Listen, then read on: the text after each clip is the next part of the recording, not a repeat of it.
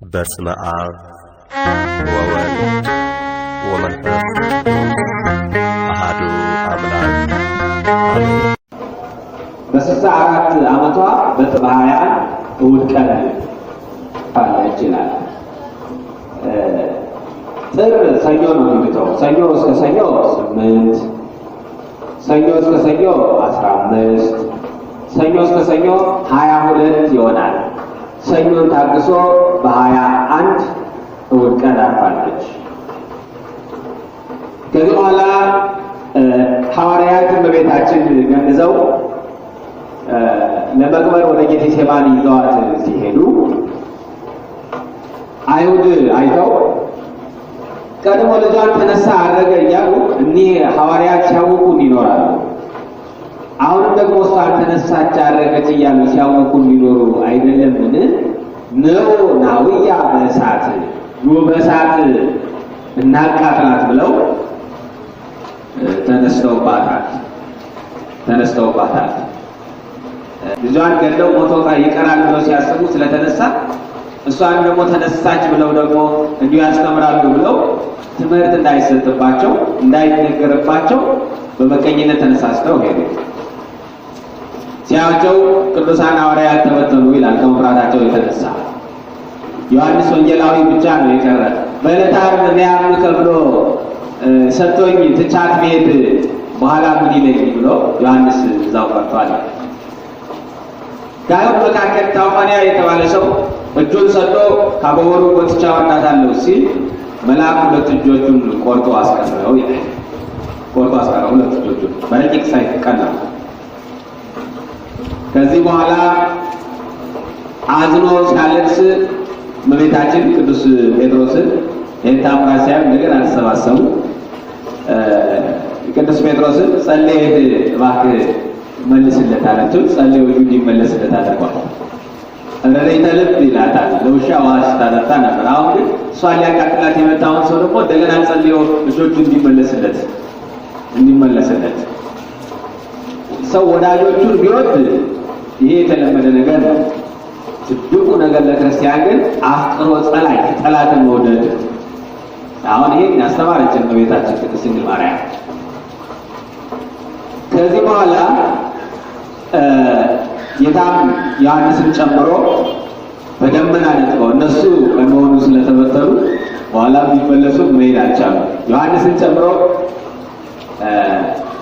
በደመና ነጥበው ወስዶ በገነት ከዕፀ ሕይወት ስር አሳርፏታል እመቤታችን። ዮሐንስ ያረፈችበትን ቦታ አይቶ ተመልሶ መጣ። ቅዱሳን ሐዋርያት ተሰባስበው የእመቤታችን ነገር እንደምን ሆነ አሉት። እመቤታችንማ በገነት ከዕፀ ሕይወት ስር አርፋለች አላቸው። ዮሐንስ አይቶ እኛ ሳናይ እንዴት እንቀራለን አሉና መንፈሳዊ ቅናት በቅናት ጀመሩ። ከዚህ በኋላ በዛ ወቅት እንዳያደርጉት ከጥር 21 በኋላ ያው ዐቢይ ጾም እየደረሰ ስለሆነ ዐቢይ ጾም ሆነባቸው። በትንሣኤ ወቅትም እንዳያደርጉት በዓለ ሀምሳ ሆነባቸው። መጾም አይቻልም ወቅቱ። ከዛ በዓለ ሀምሳ ሲያልቅ ደግሞ ጾመ ሐዋርያት የነሱ የራሳቸው ጾም ነው። ከዛ ለሐምሌ 5 ቀን ቀጠሮ ያዙ። በሐምሌ 5 ቀን ተሰብስበው ነሐሴ 1 ቀን ይሁን ብለው ሱባኤውን ተነጋግረው ውሳኔ አሳለፉ። በነሐሴ 1 ቀን ሱባኤውን ጀመሩ። ሁለተኛው ሱባኤ ሲፈጸም በ14ኛው ጸሎታቸውን ልመናቸውን ሰምቶ የእናቱን በግነ ሥጋዋን አምጥቶ ሰጣቸው። እነሱም ደስ ብሏቸው ተቀብለው ወስደው በጌቴሴማኒ ቀብረዋታል እመቤታችን። እንደው ዘመድ ሲሞት መቅበር በጣም እንደ ትልቅ ነገር ነው የሚታየው። ባለፈው በዚህ በደቡብ አካባቢ በነበረው አስከሬን ፍለጋ ሰዎች እንደው ከሞተባቸው በላይ አስከሬኑን አለማግኘታቸው አሳዝኗቸው ሲያለቅሱ ሁላችንም እናይ ነበረ። ሐዋርያትን የገጠማቸው ልክ ይሄ ነው። ከዚህ በኋላ እመቤታችን ተነሳች አረገች። ስታረግ ቶማስ ህንድ ነበረ ሱባኤውን ፈጽሞ ወደ ሐዋርያት ሲመለስ ወደ ኢየሩሳሌም በደመና ነበር መሄድ የነበረው። ቅዱሳን ሐዋርያት የሚመላለሱት በደመና ነበረ። ተፈጥሮን ያዙት ነበረ። እግዚአብሔርን ስለሚፈሩት ተፈጥሮ ሁሉ ይታዘዛቸው ነበረ። ዛሬ ተፈጥሮ ሊታዘዘን አይደለም ሊያጠፋን ነው የሚደርሰው። ለምን? እንደው ከእግዚአብሔር ጋር መኖር ስላልቻለ። እሱ በደመና ሲመጣ እመቤታችን በደመና ስታደርግ ተገናኘ። ወፈቀደ ይደቅም ደመናሁ ይላል። ከደመናው ሾልኮ ቢወድቅ በወደደ ነበር ይላል። ተበጣበጠ። ምን ነው እመቤቴ፣ ቀድሞ የልጅሽን ትንሣኤ ሳላይ ቀረው፣ አሁን ደግሞ ያችን ትንሣኤ ሳላይ ቀራለሁን አላት።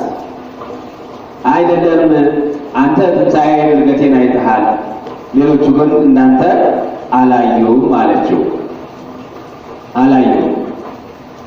በልካ ውሰድ ብላ ተገንዛበት የነበረውን ሰበን ሰታ ለበረከት ተካፈሉት ብለን ሐዋርያት ናቸው ብላ እመቤታችን ሰጠችው ይላል። ዛሬ ካህናት ሻሽ የሚጠመጥሙት የእመቤታችን የተገነዘችበት ያንን ሰበኑን ነው። ሲያስረግጡ ደግሞ የሚለብሱት እንደ መሐረብ ያለ ነበረ የድሮ። እንደገና ደግሞ ዲያቆኑ መስቀሉን ይዞ የመስቀሉ መያዣ ከታች የሚደረገው ሰበን ያ እመቤታችን የተገነዘችበትን የሚያሳይ ነው እና ካህናት ሻሽ ጠምጥመው ሲታይ ያ ሻሽ የእመቤታችን የተገነዘችበት ሰበን የክብር ምልክት ስለሆነ ያን ነው የሚያሳየው እና ሐዋርያት ያንን ተካፍለው ይዘው በሄዱበት ቦታ ሁሉ ድውያንን ሲፈውሱበት፣ ሙታንን ሲያነሱበት ኑረዋል። የካህናት ልብሳቸው ከማድረጋቸው ደግነት ጋር ሲደመር ሕሙማንን የመፈወስ ድውያንን የመፈወስ ታምራትን የማድረግ ሁሉ ኃይል ያለው ነውና ልብሰ ክህነት እጅግ በጣም የከበረ ልብስ መሆኑን መረዳት ያስፈልጋል ማለት ነው።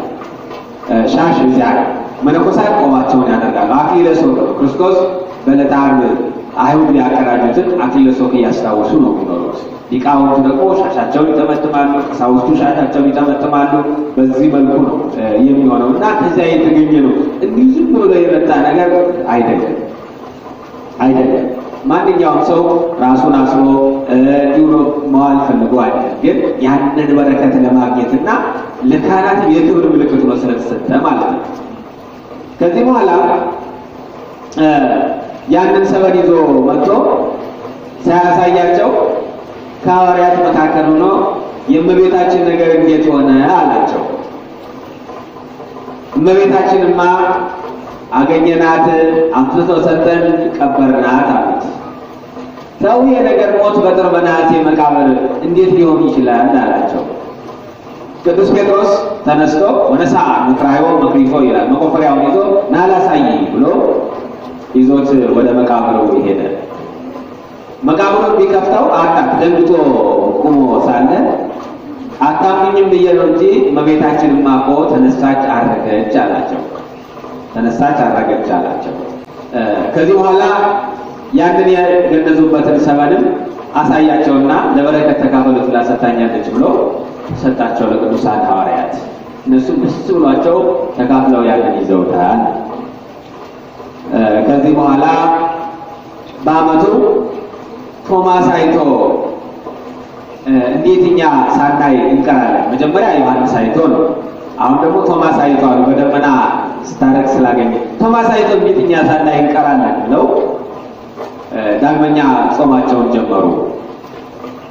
ከነሐሴ 1 ጀምረው እስከ 15 ጾሙ። በ16 ጌታችን መድኃኒታችን ኢየሱስ ክርስቶስ እናቱን እመቤታችን ይዞ ወርዶ እሷን መንበር አድርጎ ጴጥሮስን ካህን ዘይት አድርጎ እስጢፋኖስን ዲያቆን ሰራይ ዲያቆን አድርጎ ቀድሶ ወተቀረበት በደውላ ይላል። እመቤታችንም ቆርባለች፣ ሐዋርያትንም አቆሟቸዋልና የእመቤታችን የዕረፍቷ መታሰቢያ ይሄን ነው የሚመስለው።